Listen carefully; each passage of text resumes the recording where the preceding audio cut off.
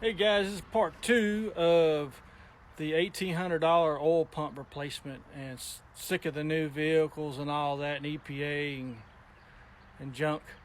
Thank y'all for the comments and problems that y'all did have, that y'all shared and stuff with everybody else. I mean, it does help everybody else out, at least seeing that they're not the only one out there. But thank y'all for taking the time to do that.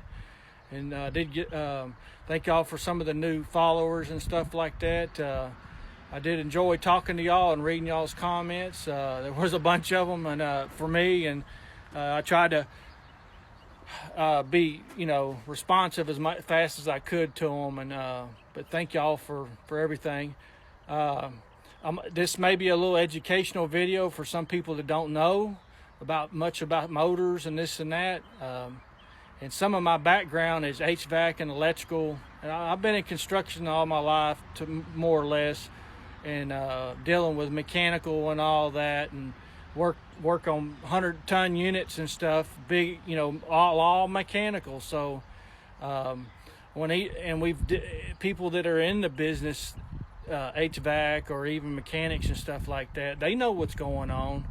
And so I'm gonna give you a little rundown on what I got on my truck and stuff, but things that I've done, the little simple things. I have not done really any major things to the motor or anything like that to alter it. I just freed up airflow and exhaust. So if you're being into people that are in the game, they know this, and they've seen it in our industry and all that, and it is. I mean, I hate to say it, but I mean it is facts. We have to start looking at facts and common sense with this stuff, and the more sensors you put on equipment, just like HVAC and motors and everything else in general, capacitors, any of that stuff, every little sensor you keep adding on to the engine requires a wire, which is going to be possibly a fault in that, or the sensor. So now every sensor you put on, you've created two problems, because that wire has to go to that sensor. If that wire fails, or connector issue and stuff like that in there that's not stabbing right, or moisture down in there, then the sensor ain't going to work. Then you're going to be dead.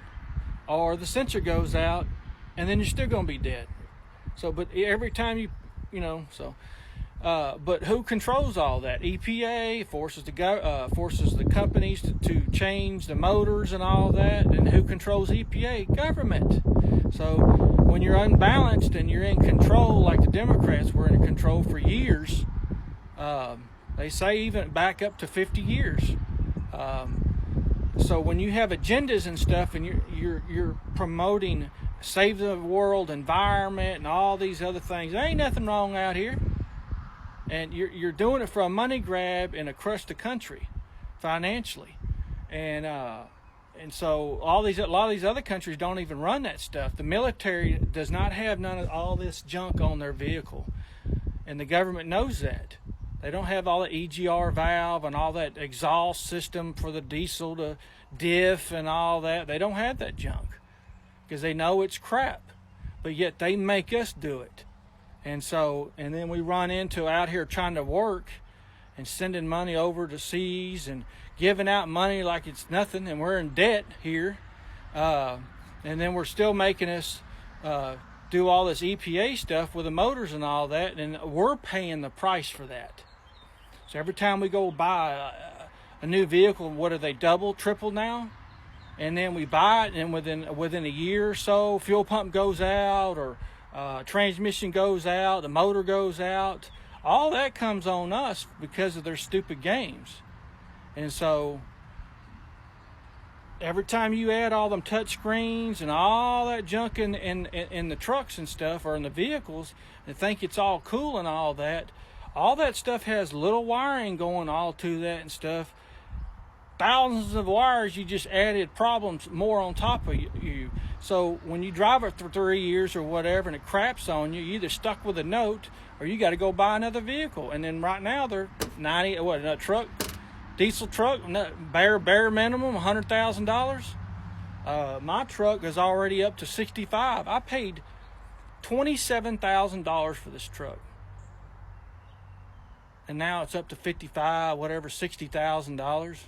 Man, you got to be crazy, don't it? And then the problems with it. So I'm gonna show you a little bit what I have on my truck. I'm gonna take the cover off here. I do most of the maintenance on my vehicle and all that when I can. And look at all this wiring, all this extra wiring just everywhere, all over the place. Look at this. I've replaced this I don't know how many times. The wiring, it just falls apart. Look at this. And even from the factory, it was falling apart within 3 years. All that, it's all the way back there. I'll have to rewrap all this junk. Everything's junk now, which we stated in the comments and stuff in there. Now I've done a cold air intake. I bored out my throttle body, took it all out, did it in the shop, and opened this up where I could breathe better, get raised. So I did that, got more airflow in that.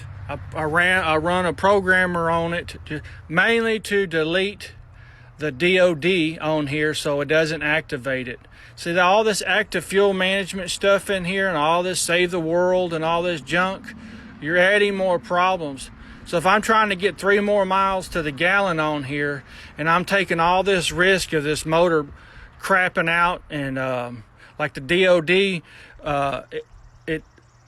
it from what I heard, I haven't experienced that, but the part drops down through the valves, I think, and then it just destroys the motor. That's all over the internet.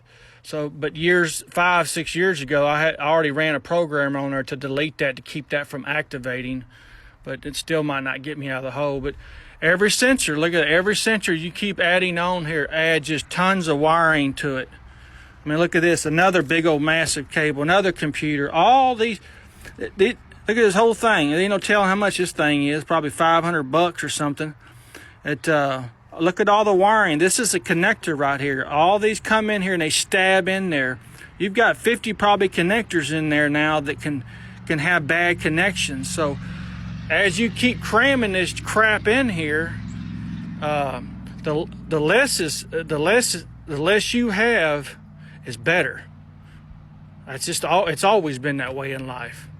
And so when you're funding that through a government system, EPA and all that, just like HVAC and stuff, the high SEER rating, that high SEER rating is garbage, because all them components that they've added on there to try to get the efficiency out of it and all that, that's all them parts on there, computer components and sensors on the HVAC units that fail all the time. You can barely keep them up and going. But I've done a 3-inch dual exhaust all the way to the back. Opened the motor up. This had a 308 rear end in it, which was junk. And I put a 373 rear end in it and woke this truck up. And I'm not after drag racing or anything, but I'm after just pulling something without straining it. It was all about efficiency. I could do 75 miles an hour down the road, and it would only my RPMs were like 1,400. It was so sluggish. All to get a couple dollars, a couple miles out of it. All in here, all these new trucks that have all that screen all over the place, and all this Bluetooth and all this junk. All those are amplified problems in there. We're going in the truck, make a phone call, listen to the radio just a little bit. This is aftermarket radio right here. All that stuff controlled into your touch screen that controls your AC and all that stuff. It's all problems. Once the screen goes out, everything's shut down. I mean, it's all junk. But when I did these upgrades to the truck, a little bit small upgrades, nothing to the motor. Just opening up air. Anybody that knows basic air coming in and air going out, that's where you're going to have more power. But anyway, that's just a couple things that I wanted to show y'all. I appreciate it. The video's kind of going down here, so y'all have a good one, and see y'all on the next one.